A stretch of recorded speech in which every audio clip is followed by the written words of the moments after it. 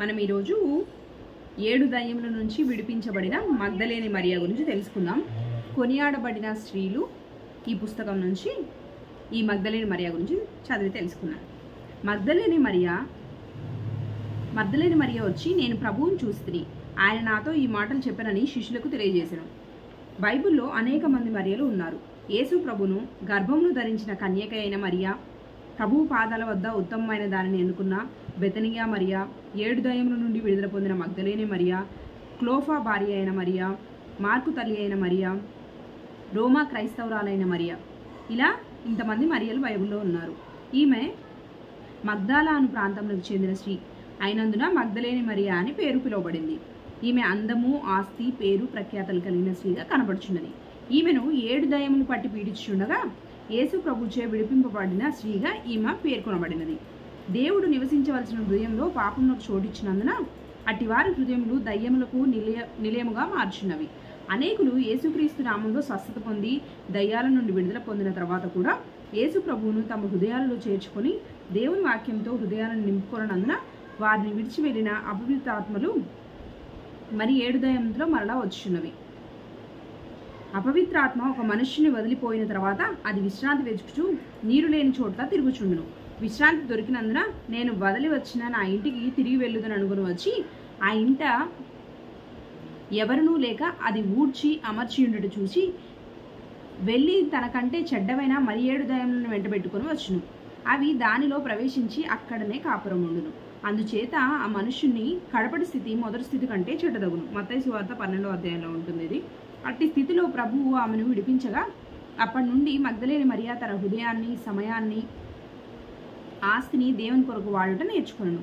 యేసుక్రీస్తుని వెంబడిస్తూ ఆయన దివ్యబోధ వింటూ పరిశుద్ధ జీవితం జీవిస్తూ తనకు కలిగిన ఆస్తితో ఉపచారం చేయుచుండెను. పాప బంధకంలో నుండి ఒక వ్యక్తిని యేసుక్రీస్తు విడిపించినప్పుడు ఆ వ్యక్తి, నేను నా సొత్తు కాను, విలువ పెట్టి కొనబడిన వాడిని గనుక నా దేహంతో దేవుని మహిమపరచాలి, కొరింథీయులకు రాసిన పత్రిక 6:19 ఉంటుంది, అనే గ్రహింపు కలిగి ఉండాలి. ఈనాడు అనేకులు యేసుని నమ్ముకున్న తర్వాత ఇంకనూ వారి ఇష్టానుసారంగా జీవించుచు వారి ఆస్తిని, దేహాన్ని, సమయాన్ని కేవలము వారి సంపాదన కొరకు, లోకంలో అభివృద్ధి కొరకు వాడుకొనుట ఎంత విచారకరము. అయితే మగ్దలేని మరియా దేవుని మేలు పొందిన తర్వాత ఆయన నీతిని, రాజ్యమును మొదట వెతుకుట ప్రారంభించను. బైబిల్ను మనం పరిశీలించి చదివితే యేసుక్రీస్తుని వెంబడించిన స్త్రీలలో ఈమె పేరు మొదటగా కనబడుతుంది. బైబిల్ని మనం పరిశీలించి చదివితే యేసుక్రీస్తుని వెంబడించిన మహిళలలో ఈమె మొదటి స్త్రీగా కనబడుతుందంట. యేసును శిలువ వేసినప్పుడు యోహాను తప్ప మిగిలిన శిష్యులందరూ పారిపోయారు, కానీ ఈ మగ్దలేని మరియా మరికొందరు స్త్రీలతో పాటు శిలువ వద్ద ఉండెను.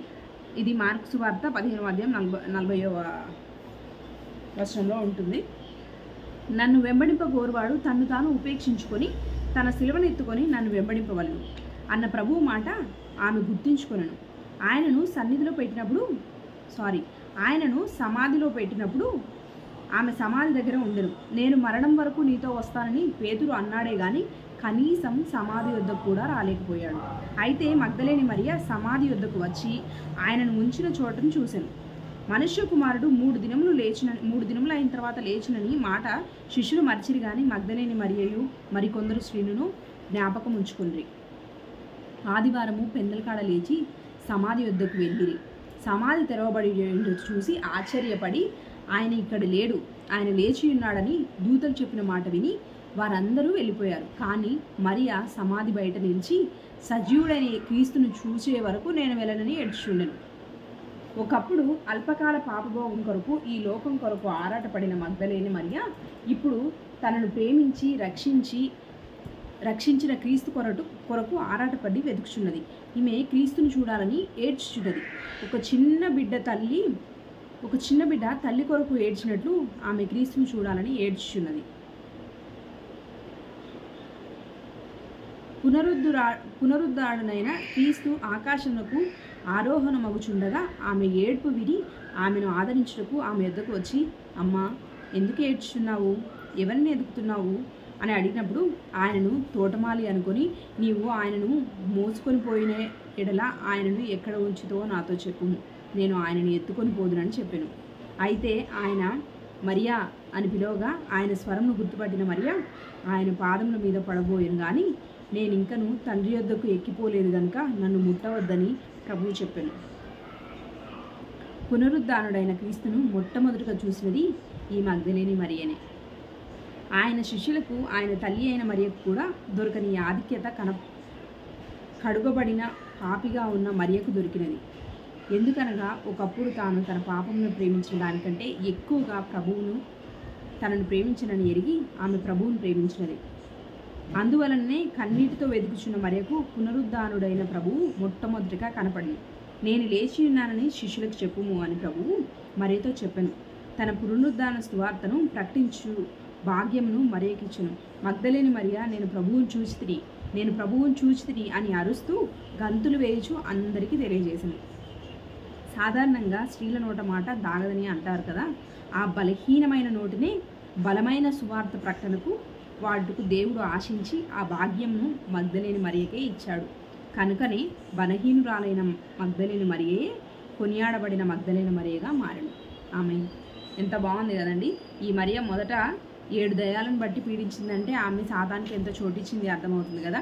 ఆ తర్వాత దేవుడిని తెలుసుకొని నమ్మి దేవుడే నిజమైన దేవుడు అని చెప్పి సమస్తం ఆయననే అనుకొని ఆయన అందరికంటే ఎక్కువగా దేవుడే తనను ప్రేమిస్తున్నారని ఎరిగి దేవుడు చెప్పిన మాటల్ని ఏ ఒక్కటి కూడా మర్చిపోకుండా సమాధి వద్దకు వెళ్ళడమే కాకుండా ఇంకొంతమంది స్త్రీలను కూడా దాన్ని ఆమెతో పాటు తీసుకువెళ్ళింది. ఆదివారం పెద్దకాడ లేవగానే ఆయన సిలువ వేసిన తర్వాత 3వ రోజున ఆదివారం పెద్దకాడ లేవగానే సమాధి వద్దకు వెళ్ళి దేవుణ్ణి వెతకడం సాగిందనమాట. ఆ టైంలో దేవుడు ఆమె ఏడుపు విని ఇక్కడ దేవుడు లేడు అని చెప్పి దేవదూతలు చెప్పిన మాట విన్నా కూడా నేను దేవుడిని చూసే వరకు వెళ్ళననే ఒక గట్టి పట్టుదలతో అక్కడుండి ఏడుస్తున్నప్పుడు దేవుడు పైకి ఆరోహణమై వెళ్ళే టైంలో ఆమె ఏడుపు విని దేవుడు వెళ్ళలేక మరలా వచ్చి ఆమెతో మాట్లాడాడంటే ఆమె ఎంత ధన్యత పొందుతుంది కదా. చూసారా, ఆ దేవుడే వచ్చి నువ్వు అందరికీ తెలియజేయమని చెప్పినప్పుడు ఈమె నోటని ఏదైతే స్త్రీలు బలహీన ఘటన అవుతారో ఆ బలహీనమైన నోటని దేవుడు అందరికీ సువార్త ప్రకటించేలాగా దేవుడు తిరిగి లేచాడు అనేది మగ్దలేని మరియ